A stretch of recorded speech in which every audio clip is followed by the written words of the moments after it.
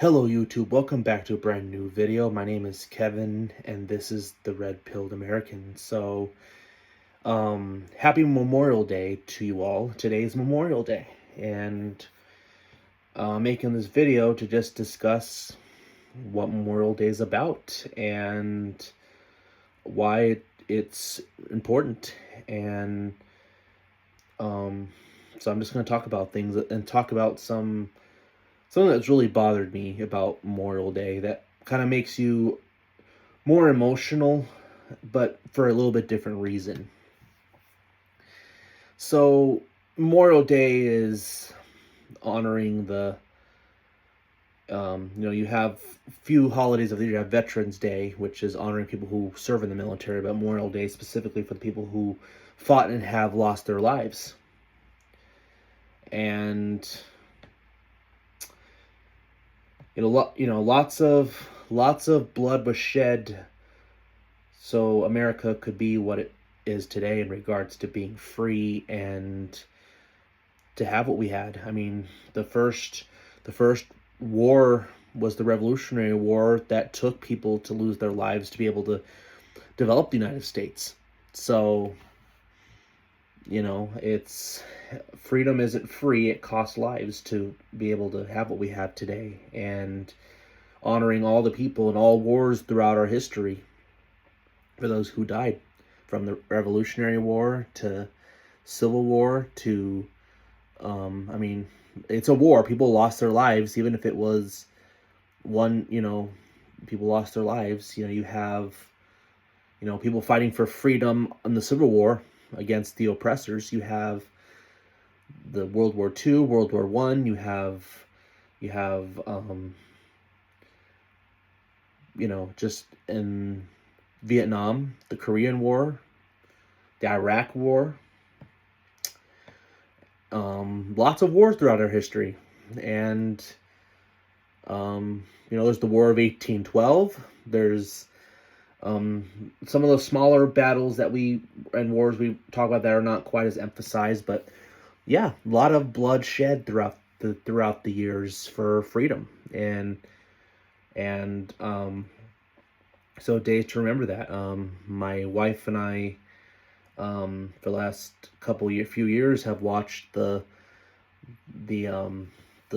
Memorial Day concert in Washington D.C. that's hosted every year, the annual traditional one. And I don't know if you're a crier or not, but if some people cry easy, but even that one's teary for me. Even I don't really cry at these things, but this one is just different because a lot of people, I think a lot of it's because it's just heartbreaking because someone lost a love their father serving their country. But I think a lot of reason why I think people are teary is because they're not, people who fought, whether they've died or they just served, they're not respected enough in this country. And I think that's what I think hits a lot of people as well. And well, I think a lot of people have family that served in the military, I do. I had to have, my great grandfather was in the military, served in World War II. So it's, so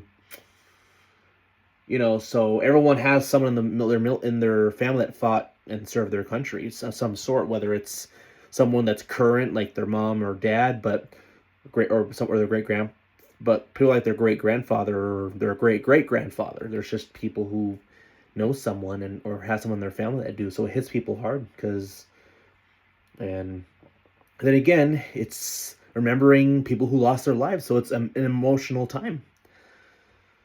So, and I guess it's a harder day for me because, a lot of people in America have forgotten where their freedom comes from. And sometimes they act like it came out of thin air, and it didn't. It cost a lot of lives, and, this is, I'm an anti-war person, very anti-war, and war needs to be the very last resort. I oppose most war declarations because it kills people.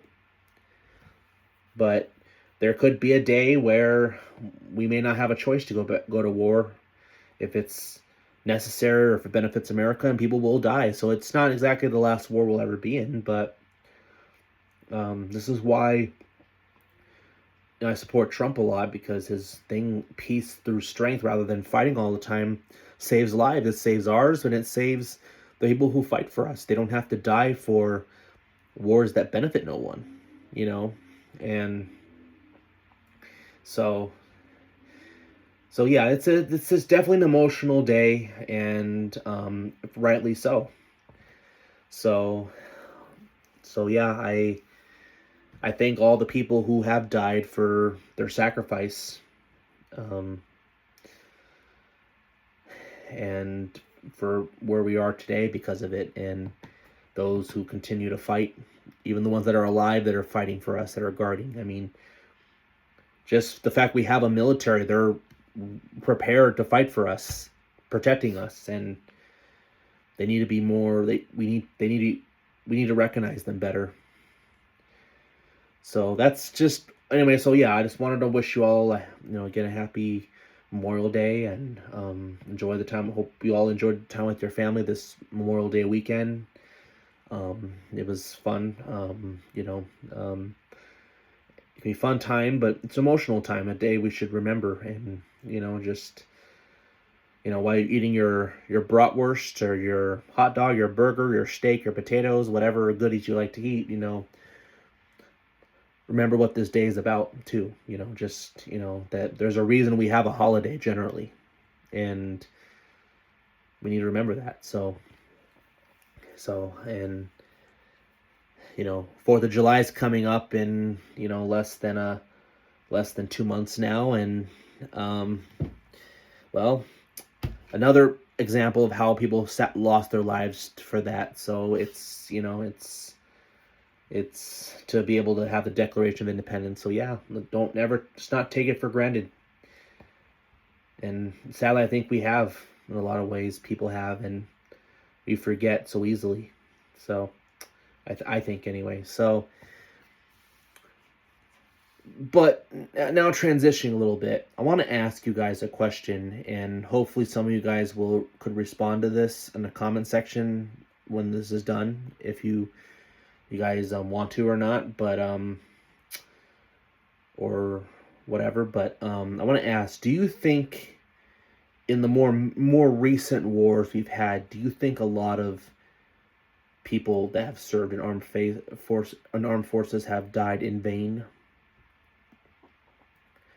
where the wars were so pointless that we lost people's lives? A lot of people lost their lives for wars that really benefited nobody, neither, especially our country.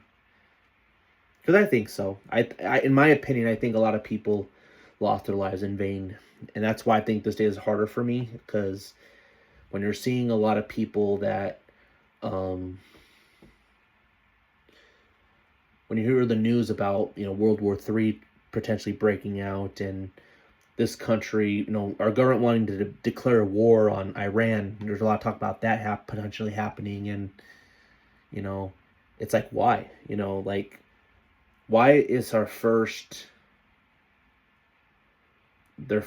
option to lift up the sword and strike, instead of peace through strength, like Trump has been pushing the last 8 years since he's been he ran? That has no benefit to the country, and people die pointlessly. I think it's pointlessly because it's not done for our benefit. It's done for their benefit, to get rich off of it. A lot of people have gotten rich off the wars in recent times, especially, let's say, ever since Vietnam, and some people debate World War II. World War II doesn't go without controversy either. The difference with World War II, we really got involved in World War II because of the bombing of Pearl Harbor. Which I think was a territory of the U.S. at that time. So I don't, before it was official state. So I don't know, I'm not sure that one was one we had much of a choice on. That one, I kind of go back and forth on that one. So I'm not really going to talk too much about World War II, if that was necessary or not. World War I think, was one that we kind of got involved in. So here's the thing. Sorry, I'm kind of talking in circles here.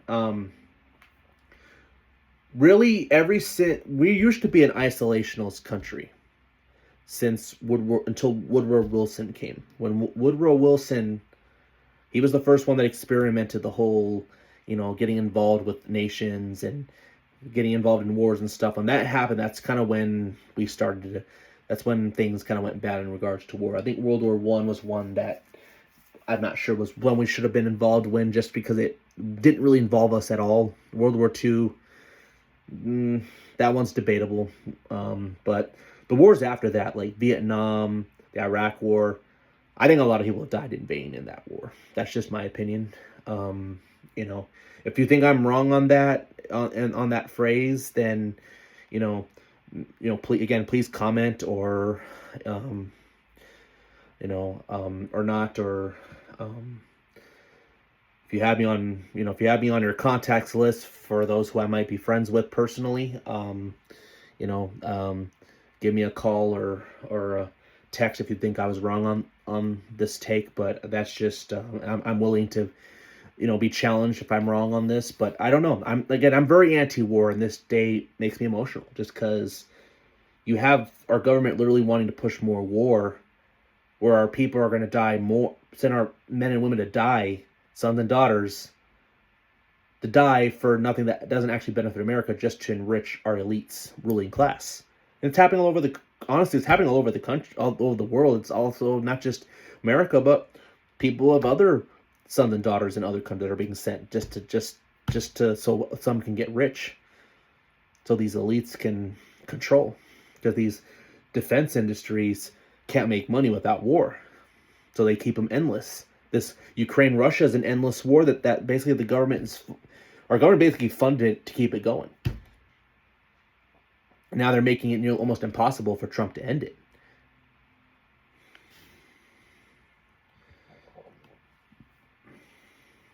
And yeah, I have to talk Ukraine another time, but I'll just go by saying Ukraine's a pawn of the UN and the NATO and the World Economic Forum, the globalists who want endless wars and chaotic to destabilize countries.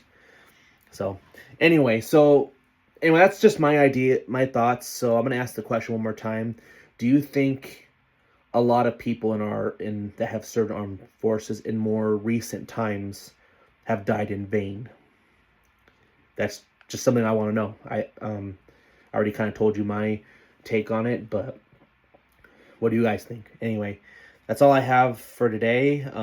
If you like this video, like it. If you comment as well, if you needed to have some words on this, hit the bell for notifications. Subscribe to the channel. Anyway, the Red Pilled American out.